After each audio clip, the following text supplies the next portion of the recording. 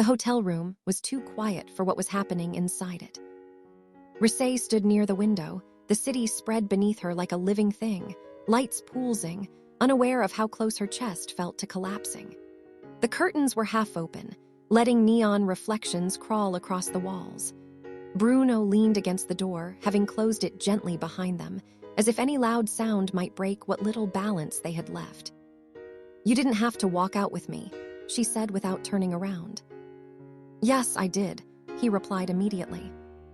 "That's exactly what scares me," she said. "You keep deciding things in moments, big, irreversible things." He took a step closer. "And you keep assuming I haven't thought about them for months." She turned then, eyes sharp, shining. "Then why did it take me leaving for you to act?" The question landed hard. Bruno exhaled slowly. "Because I thought loving you meant protecting you from myself. I thought distance was safer than truth." "And now?" she asked. "Now I know distance almost destroyed us." Silence filled the room, thick and electric. Outside, sirens wailed faintly. Inside, Rosé folded her arms as if bracing herself. "My team wants me to deny everything," she said flatly. "They want a statement, clean, polite, empty." Bruno's jaw tightened. "And what do you want?" She hesitated, the fight draining out of her shoulders. "I want to stop pretending that what I feel disappears when it's inconvenient." He nodded. "Then don't. You say that like the consequences aren't real." "They are," he said, "but so are you." She laughed softly, bitter and tired. "You're good with words. That's always been your weapon." "And silence was my shield," he replied. "I dropped it." She walked past him, restless, packing. "Do you know how humiliating it was, watching people speculate whether I mattered at all?" "I know," he said quietly, "because I helped create that doubt." Her steps stopped. She turned back slowly. "Say that again." "I failed you," Bruno said, meeting her gaze without flinching. "Not because I didn't love you, because I didn't show it when it counted." Her breath hitched despite her effort to stay composed. "I didn't need grand gestures. I needed consistency." "I'm here now," he said, "and I know that doesn't erase the past." She studied him for a long moment, searching for the cracks she used to see, the hesitation that always made her pull back. Instead, she saw something else. Fear. But not the kind that runs. The kind that stays. Her phone buzzed again. She glanced at it, then tossed it onto the bed without reading. "They're threatening to pull appearances," she said. "They say controversy sticks to women longer." Bruno stepped closer, his voice low. "Then let them try to scare me first." She shook her head. "This isn't about you being a hero." "No," he said. "It's about me finally being accountable." Her eyes filled again, anger and relief colliding painfully. "I don't know how to trust this version of you yet." "You don't have to," he said. "Just don't shut the door." She laughed weakly. "You're standing right in front of it." He reached out slowly, giving her time to pull away. She didn't. His hand rested lightly against her wrist, tentative but steady. The contact sent a visible shiver through her. "I'm angry," she admitted. "I'm still hurt." "I know." "And I still love you," she said, the words breaking free before she could stop them. "That's the worst part." Bruno's breath caught. He stepped closer until there was barely any space left between them. "That's the bravest thing you've said." "Don't make this poetic," she whispered. "This hurts." "I know," he murmured, "but I'm not going anywhere." She looked up at him, eyes searching his face one last time. "If we do this, there's no hiding, no retreat." "Good," he said softly. "I'm tired of running." For a moment, neither of them moved. The city hummed outside, indifferent. Then Rosé leaned forward, resting her forehead against his chest, not in surrender, but in exhaustion. "Just stay," she whispered. Bruno wrapped his arms around her, firm and protective, as if anchoring her to the present. "I'm here." She closed her eyes, breathing him in, letting the tension ease just enough to breathe. They didn't kiss. They didn't promise forever. But in that quiet room, with the world waiting to tear them apart, They chose something harder than fantasy. They chose honesty. And for the first time, it didn't feel like something was ending. It felt like survival. The knock on the hotel door came hard and relentless, shattering the fragile calm they had built. Rosé flinched. Bruno didn't. "Don't open it," she said instinctively, her fingers tightening in the fabric of his shirt. "I won't," he replied, but his eyes were already sharp, calculating. He knew that knock.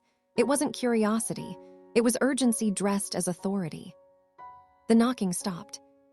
Then a voice followed, muffled but unmistakable. "Rosé, we need to talk, now." Her manager. Rosé pulled away slowly, anger flashing through the exhaustion on her face. "Of course they do." Bruno watched her, jaw tight. "You don't have to face this alone." She let out a humorless laugh. "That's a dangerous thing to say when they're about to demand I pretend you don't exist." The phone on the bed buzzed again, then again, vibrating like a warning siren. Rosé didn't look at it. "I can make them leave," Bruno said. "No," she snapped, then softened when she saw his expression. "No, running from this is how we got here." She walked to the door and opened it. The room filled instantly with tension. Her manager stepped inside without invitation, eyes darting to Bruno before settling back on Rosé. "This is already out of control," she said. "The press conference crossed a line." "A line," Rosé repeated, voice icy, "or your comfort zone." "Be serious," the manager replied. "Your image is being rewritten in real time. You need to distance yourself." Bruno stepped forward. "From me?" "Yes," the manager said bluntly. "Immediately." Rosé laughed sharply. "You don't even pretend anymore." "This isn't personal," the manager insisted. "It's strategy." Rosé's hands curled into fists. "You want me to deny how I feel, again." "We want you to survive this," the manager said. "Public opinion is vicious, especially when a woman refuses to stay ambiguous." Bruno's voice dropped, controlled but lethal. "So the solution is erasing her." "Don't make this about you," the manager snapped. "I'm making it about her," he shot back. "Something you seem very comfortable not doing." The air crackled. Rosé felt her pulse in her throat. "Enough," she said. Both of them stopped.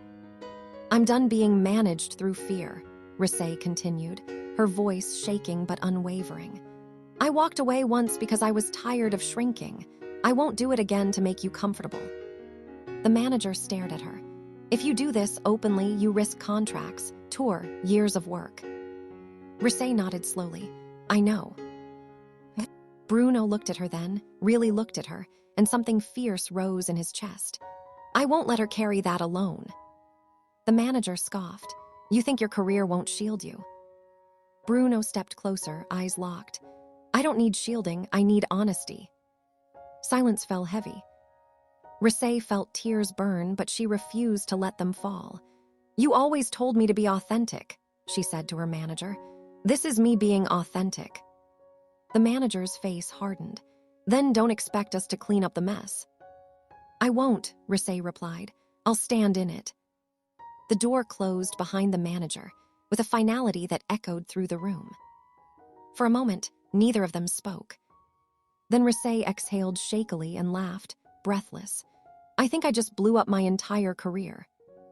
Bruno crossed the room in 2 steps and cupped her face gently. "You just saved yourself." Her eyes filled, tears finally spilling. "I'm terrified." "So am I," he admitted, "but I've never been more certain of anything." She leaned into his touch, then pulled back, her expression suddenly sharp again. "If we do this, there's no narrative control. They'll twist everything. They'll say I followed you, that I benefited from you." "Then I'll say you chose yourself," he replied without hesitation. Loudly. She searched his face. "You won't freeze." He shook his head. "Never again." Her breath hitched. "Promise." "I already broke my silence," he said. "I won't break my word." She stared at him, emotions colliding violently inside her. Love, fear, rage, hope. Then finally, she stepped forward and kissed him. It wasn't gentle. It was desperate, trembling, filled with everything they had held back for too long. Bruno froze for half a second, then pulled her closer, grounding her, his hands firm at her waist as if anchoring her to something real. When they pulled apart, their foreheads touched, breaths uneven. "This changes everything," Rosé whispered. "Yes," Bruno replied, "but at least it's real." Outside, cameras flashed somewhere in the distance. Headlines were already being drafted. Opinions were already forming. Inside the room, two people stood in the wreckage of old fear, choosing something dangerous and honest over safety and silence. And neither of them looked away. Morning came without mercy. Rosé woke to the sound of shouting outside the hotel, muffled but unmistakable. She lay still for a moment, staring at the ceiling, her body heavy with exhaustion and adrenaline. Bruno was already awake, sitting on the edge of the bed, elbows on his knees, phone in his hands, jaw tight. "They're downstairs," he said quietly. "A lot of them." She pushed herself up, wrapping the sheet around her shoulders. "Of course they are." Neither of them moved for a few seconds. The weight of last night pressed down on the room. The argument, the confession, the kiss that had crossed a line neither of them could pretend wasn't there. Rosé broke the silence first. "Did you regret it?" Bruno looked up sharply. "What?" "Kissing me," she said, meeting his eyes. "Standing with me, saying what you said." He stood, crossing the room toward her. Not for a second. She studied his face, searching for doubt, for calculation. She found none, and that scared her more than if she had. "My label just sent a statement draft," she said, forcing herself to look away. "They want me to say I was emotional, overwhelmed, misunderstood." "And are you?" he asked. She laughed bitterly. "I was honest." "Then don't lie now." She turned back to him. "You make it sound so simple." "It's not," he said, "but it's clearer than what we were doing before." Her phone rang again. She answered this time. "Yes," she said flatly. The voice on the other end was sharp, controlled, already angry. Rosé listened without interrupting, her expression slowly hardening. "I understand the risks," she said finally. "No, I won't retract anything because it's true." She ended the call before they could say more. Bruno watched her carefully. That sounded final. "It was," she replied, her hands trembling despite her calm tone. "They said I was impulsive, that I let you pull me into your mess." His jaw clenched. "I would never." "I know," she cut in, "but that's the narrative they want." "And what narrative do you want?" he asked. She inhaled deeply. "That I chose this, that I chose myself." A knock came at the door, softer than before but no less insistent. Bruno moved instinctively, placing himself slightly in front of her. "It's okay," Rosé said, surprising him. "Let them see us standing." When the door opened, cameras immediately flashed. A reporter shouted her name. Another called out Bruno. Questions collided in the air, aggressive and hungry. "Rosé, are you confirming a relationship?" "Bruno, did you pressure her into speaking out?" "Is this a publicity move?" Rosé stepped forward before Bruno could speak. "No one pressured me," she said clearly. "I walked away once because I was afraid of losing everything. I spoke up this time because I was more afraid of losing myself." The room fell quiet. Bruno glanced at her, pride and fear warring in his eyes. "Are you together?" someone demanded. Rosé didn't answer immediately. She felt the old instinct rise, the urge to soften, to blur, to protect everyone but herself. She didn't give in. "We're not performing for you," she said. "We're being honest with each other. That's all you're entitled to know." Bruno stepped beside her, close enough that their shoulders touched. "And I take full responsibility for my silence," he added. "I won't let it be rewritten as her mistake." A murmur spread through the room. Later, after security cleared the hallway and the noise finally receded, Rosé collapsed onto the couch, hands shaking now that the adrenaline was gone. "I feel like I just jumped off a cliff," she admitted. Bruno sat beside her. "You didn't jump alone." She turned to him, eyes glassy. I don't know what happens next." "Neither do I," he said. "But whatever it is, I won't disappear." She swallowed hard. "I don't need you to save me." "I know," he replied gently. "I just want to stand with you." She leaned her head against his shoulder, exhaustion finally breaking through her defenses. "This is terrifying." He pressed his temple lightly to hers. "So is pretending we don't matter." For a long moment, they stayed like that, breathing in sync, the chaos temporarily held at bay. Outside, the world kept arguing, speculating, choosing sides. Inside, two people sat in the aftermath of truth, shaken but unhidden, knowing that love, real love, was never quiet, never safe, but finally painfully honest. The door slammed harder than Bruno expected, the echo ripping through the hallway like a final chord struck too loud, too late, and he stood there frozen, his hand still half raised as if Rosé might turn around, as if the air itself might rewind and give him one more second to breathe before everything collapsed. "Rosé," he said finally, his voice breaking the silence that now felt crueler than any scream. She did not answer. He followed her steps down the corridor, the sound of her heels sharp and unforgiving against the marble floor, each click landing like a verdict. The studio lights behind him dimmed automatically, sensing abandonment, and the room where they had once laughed, written, and bled melodies together fell into shadow. He knew, with a clarity that made his chest ache, that something sacred had just been left behind in the dark. Rosé pushed open the emergency exit, and cold night air rushed in, smelling of rain and metal and unfinished things. Bruno stopped just short of the threshold.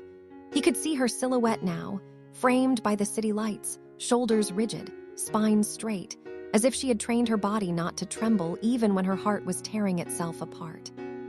"You're really leaving," he said, not as a question but as a surrender. She turned then, just enough for him to see her face, pale under the street lamp, eyes burning with something sharper than tears. "No," she replied quietly. "I already left a long time ago. I just needed you to finally notice." The words hit him harder than any accusation.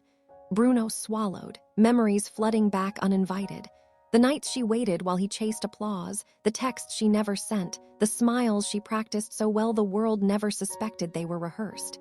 He stepped closer, crossing the invisible line between them. "I noticed," he said. "I just didn't know how to choose." Rosé laughed then, a soft, hollow sound. "That's the problem, Bruno. Love shouldn't feel like a gamble." A car horn blared in the distance. Somewhere above them, music spilled from an open window, careless and alive. Rosé turned away again, her hand gripping the strap of her bag like an anchor. Bruno reached out, his fingers brushing her sleeve, and she froze. "Don't," she whispered. "If you touch me now, I won't be strong enough to walk away." He pulled his hand back as if burned. For a moment they stood there, suspended between everything they had been and everything they could no longer be. Then footsteps approached from the other end of the street, slow, deliberate. Jenny emerged from the shadows, her expression unreadable. Eyes flicking between them, with a calm that felt almost cruel. "So this is where you ran to," Jenny said, her voice steady, controlled. "I wondered how far the truth would chase you." Rosé stiffened. "I didn't run, I chose." Jenny nodded, a faint smile touching her lips, though it never reached her eyes. "Good, because I'm done pretending this triangle is a misunderstanding." Bruno felt the ground shift beneath him.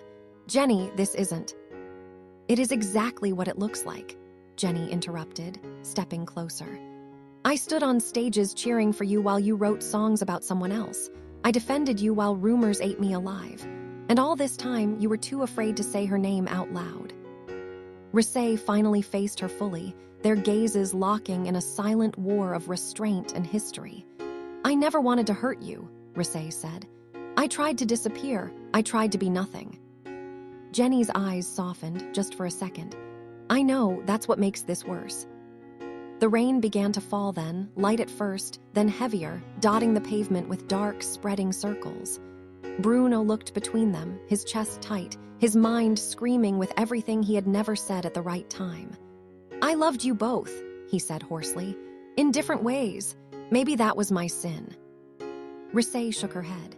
No, your sin was staying silent and calling it kindness. Jenny exhaled slowly, rain streaking down her hair like tears she refused to shed. This ends tonight, she said. Not with screaming, not with headlines, but with honesty. She turned to Bruno. If you follow her, she continued, don't ever come back to me, and if you stay, don't say her name in your songs anymore. The ultimatum hung in the air, heavy and absolute. Bruno closed his eyes, and in the darkness, he saw flashes of two different futures, both beautiful, both devastating. When he opened them again, Rosé was already walking away, her back straight, her pace steady, rain soaking into her coat as if the night itself was trying to hold her. He did not follow. Instead, he sank down onto the cold concrete, the city roaring around him, and pressed his palms to his face as a sound tore out of his chest that he didn't recognize as his own. Jenny stood there for a moment longer, watching him with a mixture of pity and resolve, then turned and disappeared into the rain. Bruno remained, alone, as the night swallowed the echoes of what might have been, understanding at last that some moments are so painful not because they end love, but because they reveal exactly when it was lost. Morning came without mercy. Bruno woke on the studio couch with his throat raw, his clothes still damp from the rain, the city already humming outside as if nothing sacred had shattered the night before. The first sound he heard was his phone vibrating on the table. Once, twice, then again insistently, like a heartbeat that refused to slow down. Jenny's name lit the screen. He didn't answer. Instead, he sat up slowly, rubbing his face, the memory of Rosé walking away replaying behind his eyes with brutal clarity. Her voice, her restraint, the way she hadn't cried, as if tears were a luxury she could no longer afford. He stood and walked toward the glass wall overlooking the city, the sunrise staining the buildings gold, beautiful and cruel. The phone vibrated again. This time, it was a message. We need to talk, now, before the world starts talking for us. Bruno exhaled sharply. He knew what that meant. Someone had seen them. Someone always did. An hour later, he sat across from Jenny in a quiet cafe tucked away from the main streets, the kind of place people went to hide inside plain sight. Jenny stirred her coffee slowly, her movements precise, controlled, while Bruno watched the liquid swirl, wondering how something so calm could still burn. They know, she said finally, without looking at him. Who? Bruno asked, though he already knew. Everyone who matters, and everyone who doesn't, Jenny replied. She lifted her gaze then, eyes sharp. Photos, blurry but clear enough, you and her, last night. Bruno leaned back, running a hand through his hair. I never wanted this to become a spectacle. Jenny let out a bitter laugh. You've been a spectacle for years, Bruno. You just forgot the people closest to you were standing under the spotlight too. Silence stretched between them, thick and suffocating. I didn't follow her, he said quietly. Jenny's expression flickered. I know. That surprised him. How? Because if you had, she said softly, you wouldn't be sitting here looking like someone who chose fear over truth. The words cut deep, because they were accurate. Across town, Rosé stood in front of her apartment window, suitcase open on the bed, sunlight spilling across scattered clothes and old notebooks filled with half-written lyrics. Her phone lay face down beside her, unread messages piling up like unanswered prayers. She picked it up, hesitated, then turned it over. A headline flashed across the screen. Late-night encounter sparks rumors. Is a love triangle finally exposed? Her chest tightened. So this was how it happened. Not with a confession, not with closure, but with speculation and noise. She closed her eyes, pressing her fingers to her temples, fighting the familiar urge to blame herself. A knock sounded at the door. She froze. Another knock, firmer this time. Rosé walked slowly, cautiously, and opened the door to find Bruno standing there, eyes rimmed red, shoulders tense, holding nothing but his phone like a shield he didn't know how to use. I shouldn't be here, he said immediately, but I couldn't let today happen without hearing your voice. Rosé didn't step aside. You already heard it last night. I heard your anger, he replied. I didn't hear your truth. Her jaw tightened. My truth is that I loved you quietly while you loved me conveniently. The words landed hard and Bruno flinched. That's not fair. She tilted her head, eyes blazing. Neither was waiting for you to choose. Behind him, footsteps echoed down the hall. Jenny appeared, her presence instant and undeniable, her gaze locking onto Rosé with something between regret and resolve. I followed him, she said simply, because I'm tired of endings that happen behind closed doors. The air crackled. Rosé crossed her arms, her voice steady despite the storm inside her. So what is this? A final performance? No, Jenny replied. It's the last honest conversation. Bruno stepped between them, then stopped, realizing he had no right to stand anywhere but exposed.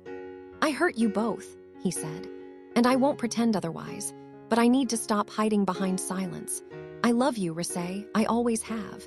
And Jenny, what we had was real, but it was built on a version of me that was too afraid to admit his heart was already split. Jenny closed her eyes briefly, then nodded. Thank you, she said. That's all I needed, not a promise, not an apology, just the truth. She turned to Rosé. Take care of him, she added quietly. Or don't, just don't disappear again. Then she walked away, her footsteps calm, controlled, unbroken. Rosé stared after her, then looked back at Bruno, her eyes glossy but defiant. This doesn't fix anything, she said. I know, Bruno replied, but it's a start. She studied him for a long moment, then stepped aside, finally letting him in. The door closed softly behind them, sealing the noise of the world outside. They sat on opposite ends of the room, the distance between them smaller than before, heavier than ever. I'm leaving the city for a while, Rosé said. I need to remember who I am without your shadow. Bruno nodded, pain flickering across his face. Then let me wait, he said, not as a guarantee, just as proof that I've learned how to choose. She stood, walked toward him, and placed a hand over his heart. If you really have, she whispered, you'll know that loving me means letting me go first. That night, Rosé boarded a plane alone, the city shrinking beneath her as dawn broke once more. Bruno watched the sky from the studio rooftop, a new song forming in the quiet, one that didn't beg or promise, but accepted. And somewhere between distance and forgiveness, 3 lives began to untangle, not perfectly, not without scars, but honestly, proving that the most painful moments don't always destroy love. Sometimes, they teach it how to finally breathe.